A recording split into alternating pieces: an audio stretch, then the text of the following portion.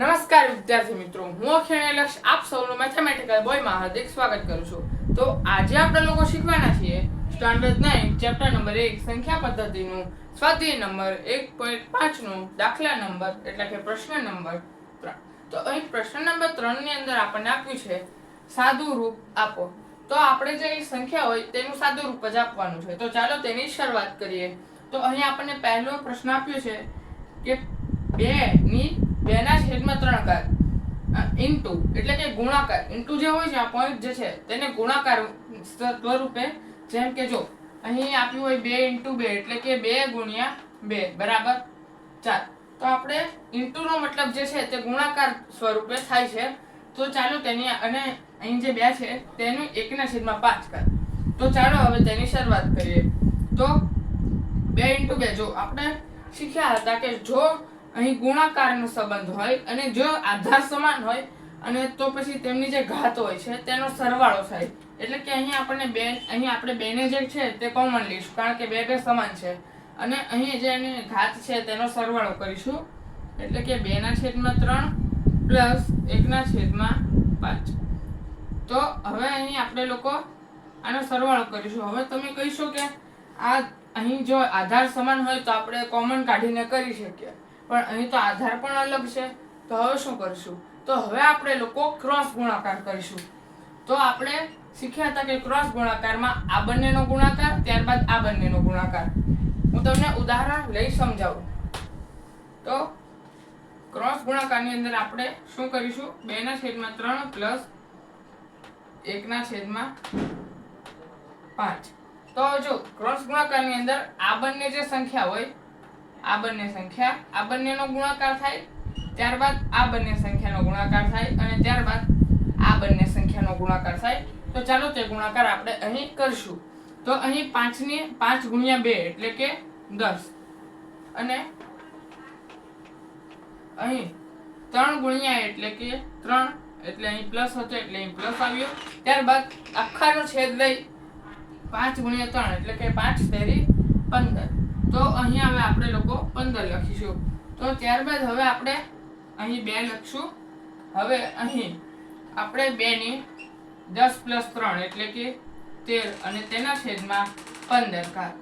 તો હવે અહીં આપણો જવાબ આપણને મળ્યો છે 2 ની 13/15 ઘાત. તો હવે આપણે લોકો અહીં દાખલા નંબર એટલે કે પ્રશ્ન નંબર 2 લઈશું. તો અહીં આપણને આપ્યું છે કે 1/3 ઘાત અને તેની આખાની 7 ઘાત. તો અહીં હવે આપણે ચાલો તેની શરૂઆત કરીએ.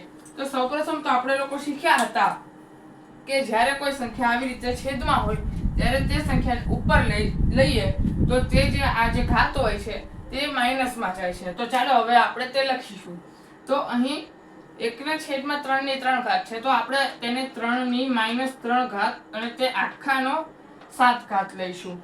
હવે અહીં આધાર તો છે નહીં તો આ બંનેનો ગુણાકાર થશે. તો અહીં આપણે લખીશું 3 ની -3 × 7 ઘાત. તો હવે અહીં 3 ની 7 × -3 એટલે કે 7 × 21. તો અહીં આવશે -21. હવે તો અહીં આપણો જવાબ તો મળી ગયો, પણ જો તમે આને 1/3 ની 21 ઘાત સ્વરૂપે લખવું હોય તો પણ તમે આને લખી શકો છો. તો હવે આપણે લોકો જોઈશું દાખલા નંબર 3. તો હવે દાખલા નંબર 3 ની અંદર આપણને આપ્યું છે 11 ની 1/2 ઘાત છેદમાં 11 ની 1/4 ઘાત. તો હવે આપણે શીખ્યા હતા કે જો આધાર સમાન હોય અને જો સંખ્યા ભાગાકાર સ્વરૂપમાં હોય તો જે ઘાત હોય છે તે બંને ઘાતનો બાદબાકી થાય છે. તો ચાલો તે આપણે શીખીએ. આધાર સમાન એટલે કે 11 છે તો 11 ને આપણે કોમન લઈશું. અહીં 11 ને કોમન લીધા અને તેની 1/2 ઘાત માઈનસ 1/4 ઘાત. તો અહીં પણ આપણે લોકો ક્રોસ ગુણાકાર જ કરીશું. તો ચાલો હવે હું અહીં સમજાવતો નથી, આપણે સીધું જ ડાયરેક્ટ કરશું. તો અહીં 11 લખીએ. હવે 4 × 4 માઈનસ 2 × 2/4 × 2 એટલે કે 4 × 2 = 8. તો હવે સૌપ્રથમ તમે આની બાદબાકી કરીને પણ લઈ શકો છો અને સીધી જ તમે ઉડાડી શકો છો. તો 4 × 2 = 8 એટલે કે 2/2. અહીં 11 આવશે તો અહીં 2 2 ઉડ્યા અને અહીં આવે 11. અને તો અહીં આપણો પ્રશ્ન દાખલા નંબર 3 પણ પૂર્ણ થાય છે. તો હવે આવે છે દાખલા નંબર 4. તો દાખલા નંબર 4 ની અંદર આપણને આપ્યું છે 7/1/2 ઇન્ટુ 8/1/2 તો હવે અહીં આપણે જોયું કે ઘાત સમાન છે અને આધારનો ગુણાકાર કરવાનો છે.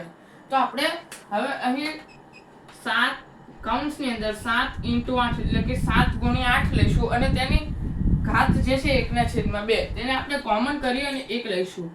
તો હવે 7 × 8 એટલે કે 7 × 8. તો હવે તમે 7 નો ઘડિયો બોલો 27 49 7 8 56. તો હવે અહીં આવે 56 એની 1/2. તો હવે તમે 56 ને અહીં વર્ગમૂળમાં લઈશું. તો હવે 56 કોનો વર્ગમૂળ છે? તો 88 64 એ વધી જાય છે, 49 એ પણ વધી જાય છે. જેથી તમે આ ન લેતા સીધું જ અહીં 56 ની 1/2 રાખશો તો પણ ચાલશે. તો મિત્રો આની સાથે જ અહીં સ્વાધ્યાય નંબર 1.5 પણ પૂર્ણ થાય છે અને અહીં આપણો ચેપ્ટર નંબર 1 સંખ્યા પદ્ધતિ પણ પૂર્ણ થાય છે. તો જો તમને આ ચેપ્ટરમાં કોઈ પણ પ્રકારની ક્વેરી હોય તો મને કોમેન્ટ બોક્સમાં જણાવજો. હું તેનો એક અલગથી વિડીયો બનાવીશ. અને જો તમને મારો આ વિડીયો ગમ્યો હોય તો મારા વિડીયોને લાઈક કરજો, શેર કરજો અને સબસ્ક્રાઇબ કરજો અને નોટિફિકેશન બેલને ઓન કરજો જેથી મારો સૌપ્રથમ વિડીયો તમારા સુધી પહોંચે. ધન્યવાદ.